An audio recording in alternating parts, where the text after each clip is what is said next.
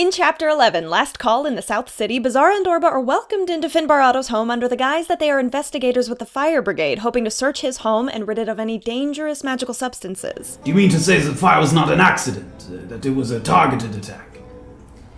There are suspicions of such, which is why we're here, sir. We heard through our commanders that certain papers might be laced with magic that could set homes and buildings on fire without anyone knowing. With some finesse, Beezaura and Orba find the mining contract Isaiah wants to nullify and convince Mr. Otto that the page is a danger to him and must be taken into evidence and purged of its magical properties. He agrees hesitantly. Where are we taking this? Where do we go now? What have we done? I say we go right to the... Why are you holding it like that? It's not gonna blow up in flames. We lied to the man. Meanwhile, Michael describes to Graven the procedure he wants to perform on his mysterious magical burns. I'd like to make a number of small incisions on just the surface layer of the skin. There are a bit of bleeding and some pain, but I've theorized a way to extract remaining bits of magical essence that have been built up in the scar tissue.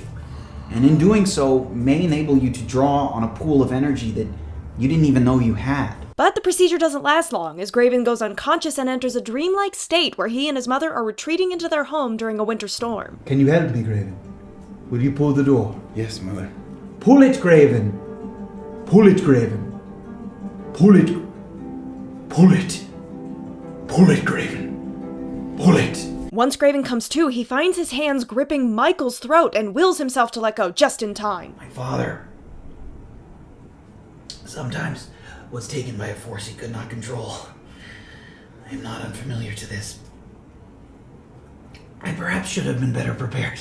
After exchanging apologies, Michael awards Graven his chess piece and gives a healthy warning about Graven's monk associate, Erland. He has a tattoo on his back. A large one. The number 7.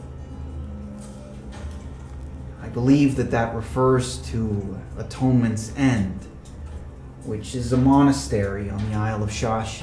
Now, there are people that come out of Atonement's End and have truly turned their life around, and I am a believer in second chances and redemption, so I wouldn't judge your friend entirely on that. But nobody goes to Atonement's End unless they've erred in some significant way. After Beezaura sends a courier with the contract to Iris, securing her own chess piece, the entire party meets at the stables for their final departure. As Robert observes from a distance, our friends exchange Michael's chess piece for a carriage and horses and ride off. As a final goodbye, Robert walks alongside the carriage, gives our friends a wink, and it dawns on our friends that their soured relationship with Robert was all a ruse. Erland explains. As I expressed to you, I was being honest. He deemed that providing us with favors would be much too risky. And his solution, in addition to providing this last favor to get us out of Orange Juba, was also to fake a poisoning of me. As Safira and Beezaura steer the horses up front, Safira scolds Beezaura for not being upfront with Orba about her request from the Gentle Void to spy on the young Tiefling. I haven't decided what exactly my plan of Well, you're course going to need to is. decide before we get to this crossing, because otherwise I will tell her. Well, it looks like I have half a day then.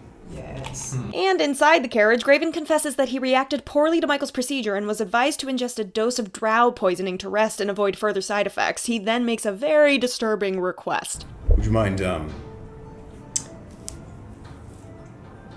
Yeah? tying me up? What?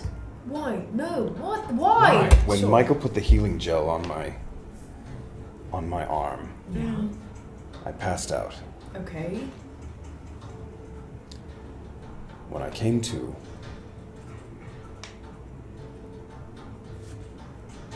No, take your time. I had my hands around his throat. Quickly convinced to tie their companion up from head to toe with rope, our friends administer the poison to Graven and he falls asleep. This happens just as the carriage approaches a Broken Crown checkpoint, with a knocked out Goliath, tied up, in the back. And as you think about what you're going to do, that's what we're going to call it for the evening. Oh my god. Sorry, guys. Will this checkpoint go smoother than the last time? Can our friends intercept Jillian's captors in time? Will Graven's snoozy body attack our friends for no reason? Find out next time at Tabletop Notch.